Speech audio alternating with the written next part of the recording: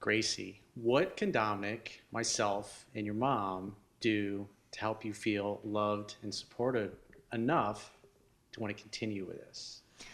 Um, to be completely honest, I don't think you guys can do anything but encourage me to do it.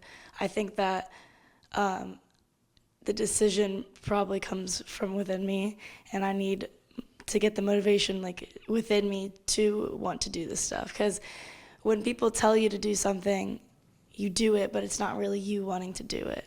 So I feel like I need to get more in touch with myself and find out where I want to be in my future and what it takes to get there. And if all this stuff is going to get me there, then I should be motivated to do it and stick with it. But So you mentioned encouragement. What does encouragement look like to you? What does that look and Just- feel and sound like?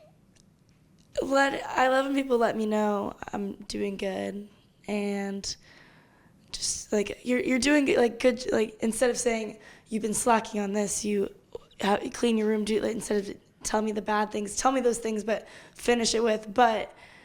You actually have been doing a good job of this, or I'm proud of you because of this. So you're saying you don't like criticism, and you don't find it very inspiring, but Yeah. instead encouragement, which is how women like to receive information. Yeah. And Feminine energy grows through feminine praise. Definitely. I mean, obviously criticism, it hurts, but it's truth, but truth that hurts. Yeah, the truth, but it's not constructive, is what you're saying. Yeah. And I connect with what you're saying. Inspire me, don't criticize me. Or criticize me and then inspire me after. Kick you, then hug you. Yes, exactly.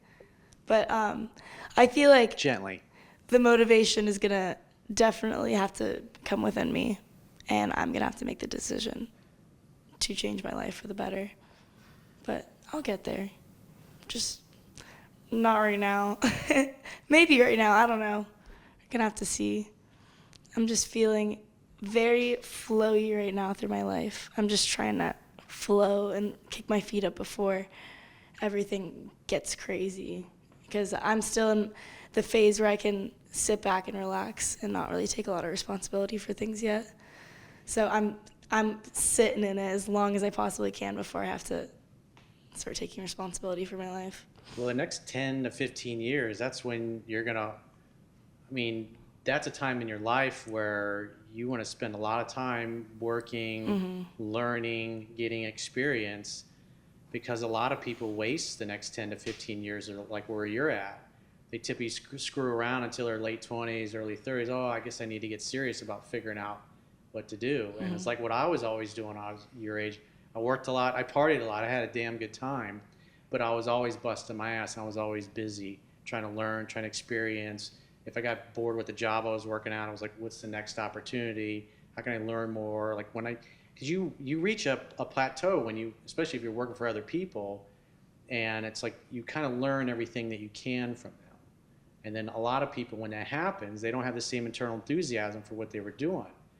But they got bills to pay, and they just stick with it, and they don't listen to that voice that's telling them, hey, it's time to move on. It's time to do something else. It's time to change my major in college, or move to a different city, or in that toxic relationship, or stop hanging out with those toxic people.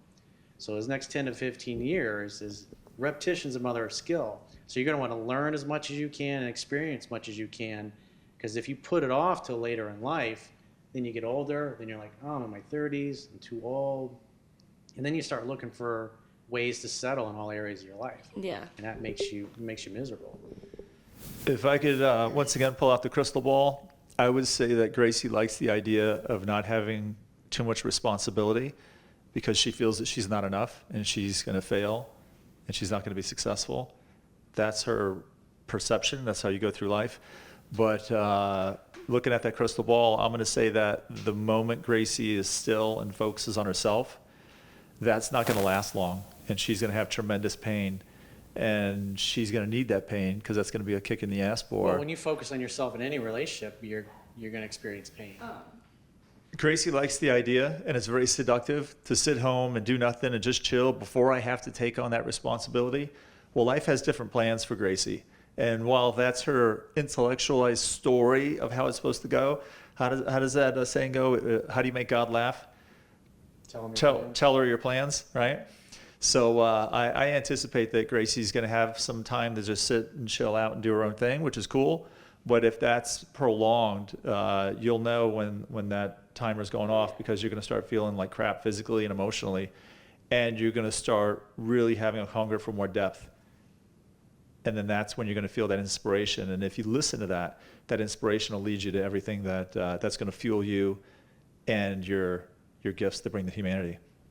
Yeah. And whatever's up there, I don't know if it's God, I don't know if it's the universe, but it's not going to let me sit around for long at all.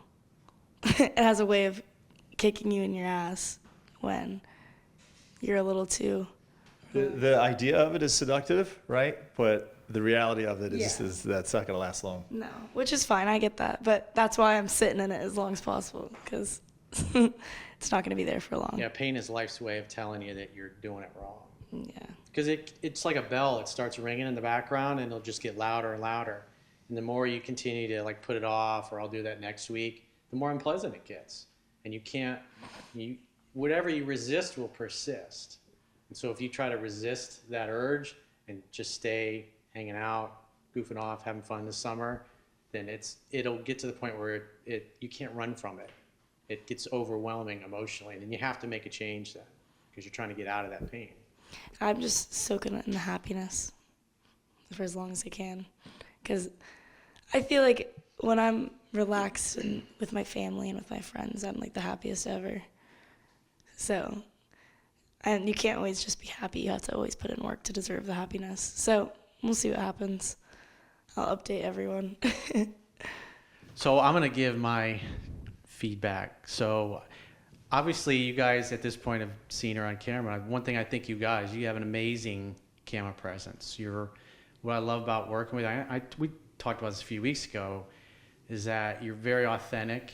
You speak from your heart when we ask you a question, even when it's a probing, unpleasant, kind of painful, not a nice topic to talk about. It's like you give a really authentic answer, a sincere answer, and you don't give off the impression you're trying to bullshit people. And it's like, and that's good, because it gives people the feeling like I can trust her. I feel she's not going to bullshit me.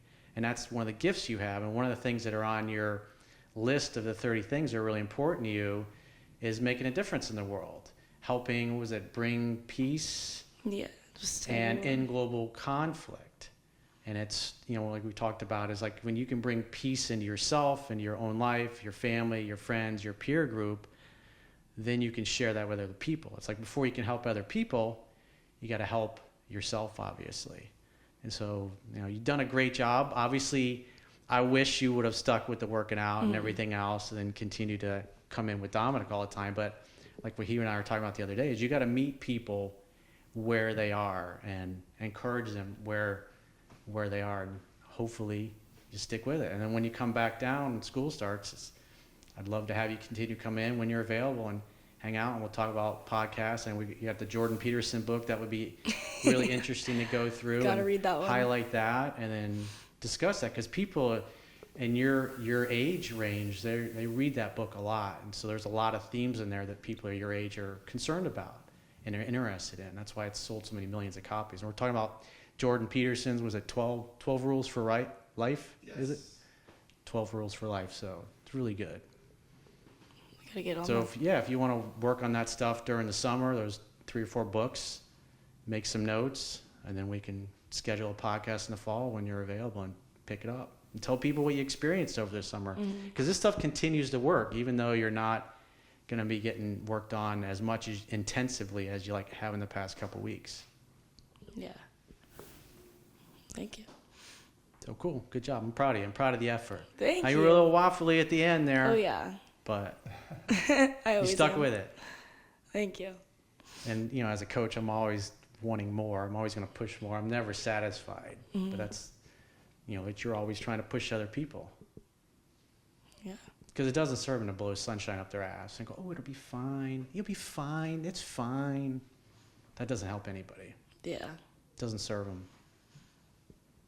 Oh my gosh, my mom always tells me the hard truth, nothing but the hard truth.